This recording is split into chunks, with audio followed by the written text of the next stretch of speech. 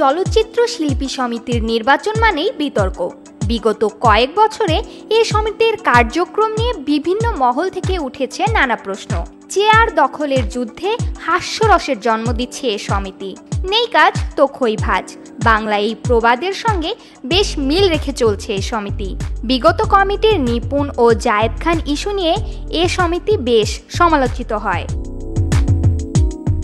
এবার আবার মিশা ডিপজল প্যানেল ও নিপুণের মধ্যকার বিবাদ নতুন মোড় নিয়েছে। নির্বাচনের 1 মাস যেতে না যেতেই নতুন কমিটির বিরুদ্ধে আদালতে অভিযোগ দায়ের করেন নিপুণ। কেন তিনি এ কাজ করলেন এ নিয়ে তাকে কটাক্ষ করতেও ছাড়েননি মিশা ডিপজল প্যানেলের একাধিক সদস্য। তাকে মামলাবাজ উপাধিও দিয়েছেন অনেকেই। অন্যদিকে নিপুণও ছেড়ে কথা বলেননি। তিনি বরাবরই বলে এসেছেন, যা হবে আইনের আওতায় হবে। গত 19 এপ্রিল 2024 থেকে 26 সাল মেয়াদের নির্বাচনের ভোটের পর 23 এপ্রিল ঘোষণায় সভাপতি নির্বাচিত হন মিশা সওদাগর। নির্বাচিত সাধারণ সম্পাদক মনোয়ার হোসেন ডিপজলের চেয়ে 17 ভোট কম পেয়ে পরাজিত হন নিপুণ। তিনি এবারের নির্বাচনে অনিয়ম ও জালিয়াতির অভিযোগ তোলেন।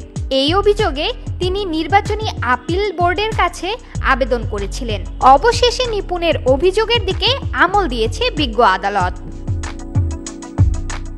সর্বশেষ চলচ্চিত্র শিল্পী সমিতির নির্বাচনে অনিয়মের অভিযোগ ঢাকার সংশ্লিষ্ট স্বেচ্ছাসেবী সমাজ কল্যাণ সংস্থাসমূহের কর্তৃপক্ষকে অনুসন্ধান করতে নির্দেশ দিয়েছে হাইকোর্ট।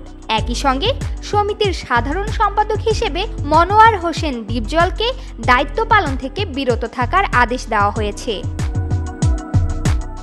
এক রিটের প্রাথমিক শুনানি নিয়ে বিচারপতি নাইমা হায়দার ও বিচারপতি কাজী জিনাত হকের সমন্বয়ে গঠিত হাইকোর্ট বেঞ্চ আজ রুলস সহ এ আদেশ দেন। এদিকে বিভিন্ন মহল বলছে, এটা আর শিল্পী সমিতি নেই। এই সমিতির ঐতিহ্য আর নেই এখন। বর্তমানে এটা সার্কাস সমিতি হয়ে গেছে। তারা সার্কাস করে লোক হাসাচ্ছে। প্রমা কান্তা কোয়েল, বার্তা 24।